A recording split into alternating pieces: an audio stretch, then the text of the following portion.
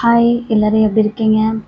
புரட்டாசி start ஆக இன்னும் 2 நாள் இருக்குது. அதுக்குள்ளே நம்ம வந்து வீட்டை நல்லா சுத்தம் பண்ணலான்னு சொல்லி இன்றைக்கி ஃபுல்லாக க்ளீனிங் ஒர்க்கு தாங்க. பூஜையில் இருக்கிற சுவாமி படங்கள் எல்லாம் எடுத்து சுவாமி படங்கள்லாம் சுத்தம் பண்ணி செல்ஃப் எல்லாம் க்ளீன் பண்ணி இன்றைக்கி அந்த வேலையிலே இன்றைக்கி நேரம்லாம் ஓடிடுச்சு. இன்றைக்கி பிரதோஷன்றனால நான்வெஜ் கூட நாங்கள் எடுக்கலை. அதனால் இந்த ப்ராசஸ் இன்றைக்கி முடிச்சிடுவோம் அப்படின்னு சொல்லி அதனால் இன்றைக்கி பூஜை அறையில் இருக்கிற சுவாமி படங்கள் எல்லாமே எடுத்து செல்ஃப் எல்லாம் சுத்தம் பண்ணிவிட்டு சுவாமி படங்களுக்கு எல்லாமே வந்து மஞ்சள் குங்குமம் வச்சு ரெடி பண்ணிடலான்னு சொல்லி இன்றைக்கி பண்ணிட்டே இருந்தோம். என் பொண்ணும் பையன் தாங்க இன்றைக்கி வந்து ஹெல்ப் பண்ணாங்க.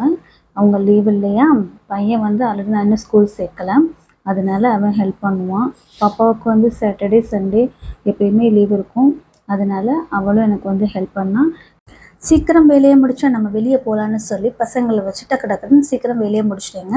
ஏன்னா இப்போ இருந்தே பசங்களுக்கு 1-2 வேலைகளை நம்ம சொல்லி கொடுத்தா தானே ஃப்யூச்சருக்கு அவங்களுக்கு யூஸ் ஆகும். சரி வாங்க, நம்ம இன்றைக்கி வீடியோவில் பார்க்க போகிறது என்னதுன்னா, பெண்கள் அதாவது நம்ம கண்டிப்பாக கடைபிடிக்க வேண்டிய 10 விஷயங்கள் தாங்க.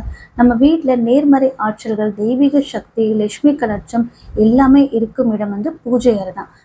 பூஜை அறையில் நாம் வைத்து வழிபடும் சுவாமி படங்கள் மட்டுமன்றி நாம் பயன்படுத்தும் பொருட்களும் மிகவும் முக்கியமானதுங்க. பூஜை அறையில் நாம் பயன்படுத்தும் பொருட்களும் கூட நமக்கு தெய்வத்தின் அருளை பெற்றுத்தரும்னு சொல்லுவாங்க. கவனக்குறைவாக, அதாவது நம்ம தெரியாமல் ஏதாவது ஒரு பொருட்களை பூஜை அறையில் வச்சுருந்தோம்னா எதிர்மறை ஆற்றலை உருவாக்கும், பலவிதமான பிரச்சனைகளை நமக்கு தரும்னு சொல்லியிருக்காங்க. அதாவது பூஜை அறையில் நம்ம எந்த பொருட்களை வைக்கணும், எப்படி பயன்படுத்தணும், எந்த பொருட்களை நம்ம பூஜை அறையில் வைக்கக்கூடாது என்பதை பற்றி தாங்க நம்ம இந்த வீடியோவில் பார்க்க போகிறோம். முதல்ல வந்து காய்ந்த பூக்கள், அழுகிய எலுமிச்சம்பழம் அதை கண்டிப்பாக நம்ம பூஜை அறையில் வச்சுருக்கக்கூடாதுங்க. ஏன்னா இந்த மாதிரி வச்சுருக்கனால நம்ம வீட்டில் எதிர்மறை ஆற்றல்கள் உருவாக்கும். அதே மாதிரி பூஞ்சை பிடித்த எலுமிச்சம்பழத்தையும் வைத்திருக்கக்கூடாது. அவற்றை உடனடியாக நம்ம எடுத்து நம்ம டிஸ்போஸ் பண்ணிடும். வீட்டில் வைத்திருக்கும் சுவாமி எலுமிச்சம்பழம் பூஞ்சை படிந்தாலே அது கெட்ட சக்தியின் அடையாளம்னு சொல்லுவாங்க. 2வது வந்து நம்ம வீட்டில் இருக்கிற சுவாமி படங்களை வாரத்துக்கு ஒரு முறையாவது நம்ம தொடச்சி சுத்தம் செய்யணும். சுவாமி படங்களுக்கு பின்னாடி தூசி இருக்கும் இல்லையா, அந்த தூசியை நம்ம வந்து வாரத்துக்கு ஒரு முறை அதை எடுத்து நல்லா சுத்தமாக வச்சுருக்கணுங்க. நம்ம வீட்டு பூஜை அறையை சுத்தமாக வச்சா தான் நம்ம வீட்டில் வந்து பாசிட்டிவ் வைப்ஸ் கிடைக்குங்க. ஃபஸ்ட்டு வந்து பாசிட்டிவ் வைப்ஸ் கிடைக்கிற இடமே நம்ம வீட்டு பூஜை அறை தாங்க. அதனால் அந்த அந்த இடத்த வந்து நம்ம சுத்தமாக வச்சுருக்கணும். அதே மாதிரி பூஜை அறையில் இப்போ நீங்கள் பத்தி பொருத்துவீங்க இல்லையா, பத்தி பொருத்தி முடிச்சுட்டு அதோட ஸ்டிக் வந்து அப்படியே இருக்கும். மறுநாள் நீங்கள் பொருத்தும் போது அந்த ஸ்டிக்கை எடுத்து டிஸ்போஸ் பண்ணிடுங்க. அந்த ஸ்டிக் பக்கத்துலேயே இப்போ புது பத்தியை வைக்காதீங்க, அந்த மாதிரி வைக்கக்கூடாது, ரொம்ப தவறு. 4வது வந்து பூஜை சாமான்கள் விளக்குறது வந்து திங்கள், புதன், சனி இந்த கிழமையில் நம்ம சுத்தம் செய்யலாம். செவ்வாய்க்கிழமை, வெள்ளிக்கிழமை கண்டிப்பாக அதை சுத்தம் செய்யக்கூடாது. அதே மாதிரி நம்ம விளக்கு இருக்கு இல்லையா, பூஜையில் வைக்கிற விளக்கு வந்து அந்த விளக்குக்கு பக்கத்தில் கணபதி அதாவது விநாயகர் ஃபோட்டோ அல்லது குலதெய்வத்தின் ஃபோட்டோ இருக்கலாம். இது 2ம் இல்லை, சிலை கூட நீங்கள் அந்த விளக்கு பக்கத்தில் வைக்கலாம். 6வது வந்து நம்ம வீட்டு பூஜை அறையில் கண்டிப்பாக வந்து சுவாமிக்கு தண்ணி கம்பல்சரி வைக்கணும். அந்த தண்ணியை வந்து டெய்லி மாற்றணுங்க. தண்ணி வந்து செம்பு அல்லது வெள்ளி பாத்திரத்தில் வச்சுக்கலாங்க. அப்புறம் 7வது வந்து விளக்கேற்றிய முழு பலனையும் பெறணும்னா மற்ற உலோகத்தில் ஆன விளக்குகள் எத்தனை ஏற்றினாலும் நம்ம குலதெய்வத்துக்குன்னு தனியாக ஒரு மண் அகல் விளக்கு ஒன்று ஏற்றுவது ரொம்ப ரொம்ப நல்லது. நம்ம வீட்டில் வந்து காமாட்சி அம்மன் விளக்கு ஏற்றிருக்கலாம், குத்து விளக்கு ஏற்றலாம், வெள்ளி விளக்கு ஏற்றலாம். என்ன விளக்கு ஏற்றினாலும் பக்கத்தில் ஒரு சின்ன அகல் விளக்கு ஏற்றி வைப்பது ரொம்ப ரொம்ப நல்லதுங்க.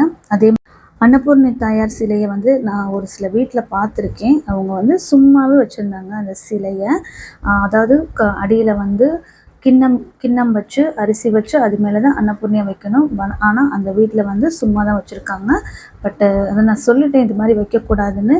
பட் இனி நீங்கள் வந்து யாராச்சும் இந்த மாதிரி சும்மா வச்சுருக்கீங்கன்னா அப்படி வைக்காதீங்க. அன்னபூர்ணி தாயாரை வந்து நம்ம அன்னம் கொடுக்கும் தாயாரை வந்து நம்ம அரிசியில் தாங்க வைக்கணும். ஒரு கிண்ணத்தில் அரிசி பரப்பி அதில் கொஞ்சம் பருப்பு கூட சில பேர் போட்டு அன்னபூர்ணியை இறக்கி வைக்கிறாங்க. நான் வந்து வெறும் அரிசி, அதை சுற்றி காயின், 1 ரூபாய் காயின் 5 அந்த மாதிரி வச்சுட்டு தாங்க நான் அன்னபூர்ணியை இறக்கி வச்சுருக்கேன். அதே மாதிரி அன்னபூர்ணி தாயார் வைத்திருக்கும் கரண்டியில் 2-3 அரிசியை நம்ம அந்த கரண்டிக்கும் வைக்கணுங்க. இன்னொன்று வந்து நம்ம இப்போ பூஜை அறையில் வைக்கிறோம் இல்லையா, இந்த கல் உப்பு, இந்த அகல் உப்பு நம்ம வைக்க ஆரம்பிச்சிட்டிங்கன்னா கண்டிப்பாக வந்து வெள்ளிக்கிழமை மாற்றுறது ரொம்ப ரொம்ப ரொம்ப நல்லதுங்க. இப்போ நீங்கள் இந்த வெள்ளி வச்சுட்டு அடுத்த வெள்ளி உங்களால் மாற்ற முடியலை அப்படின்னு நீங்கள் அப்படியே விட்டுறாதீங்க. கண்டிப்பாக அது வெள்ளி நீங்கள் மாற்றணும். இன்னொன்று வந்து இந்த கல் உப்பில் சில பேர் வந்து மஞ்சள் கூட வைப்பாங்கங்க. விரலி மஞ்சள் வைக்கலாம், இல்லை குண்டு மஞ்சள் வைக்கலாம், என்ன வைக்கலாமோ அது கூட வைக்கலாம். நான் வந்து மஞ்சள் வைக்கல, வெறும் கல் உப்பு, அது சுற்றி காயின், நடுவில் வந்து பூ, அந்த மாதிரி தாங்க வச்சுருக்கேன்.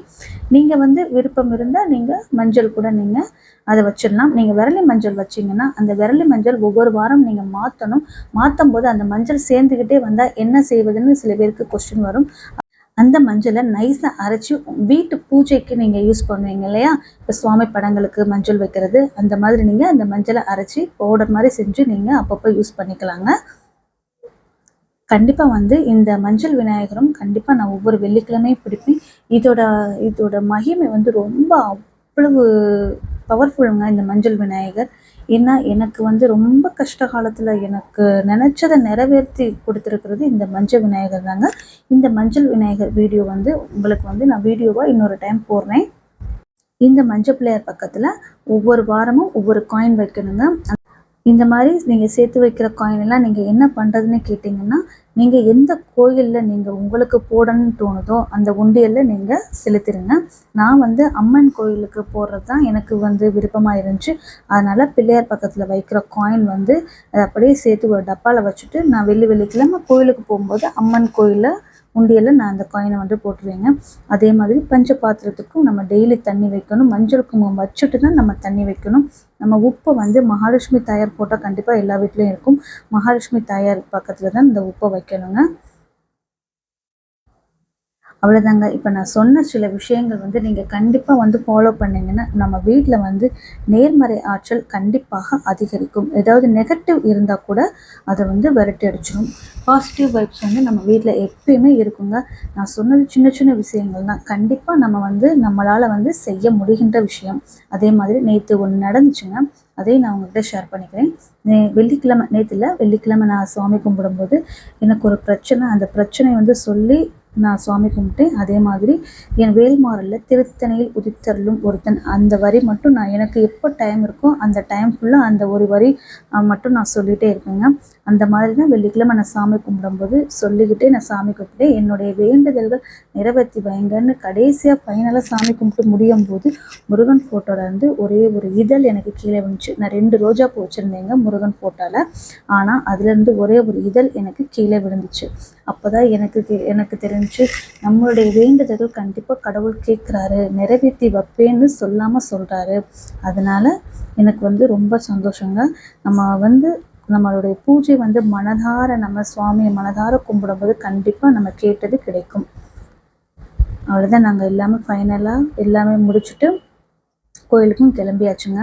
கோயிலுக்கு கிளம்பிட்டு இருந்தால் மாரியம்மன் கோயிலுக்கு தான் போனோம். தெப்பக்குளம் மாரியம்மன் கோயிலுக்கு போயிட்டு சுவாமியை கும்பிட்டு கொஞ்சம் அங்கேயே மதியம் வந்து அன்னதானம் சாப்பிட்டு கொஞ்சம் நேரம் இருந்துட்டு அதுக்கப்புறம் வந்தாங்க. கோயிலில் அன்னதானம் வந்து சாப்பிட்றது ரொம்ப ரொம்ப நல்லது. கோயிலில் அன்னதானம் கொடுத்தாங்கன்னா கண்டிப்பாக நீங்கள் வாங்க யோசிக்காதீங்க. கண்டிப்பாக அந்த அன்னதானத்தை சாப்பிட்றது ரொம்ப நல்லது. வீடியோ பிடிச்சிருந்தா லைக் பண்ணுங்கள். நன்றி, வணக்கம், தேங்க்யூ.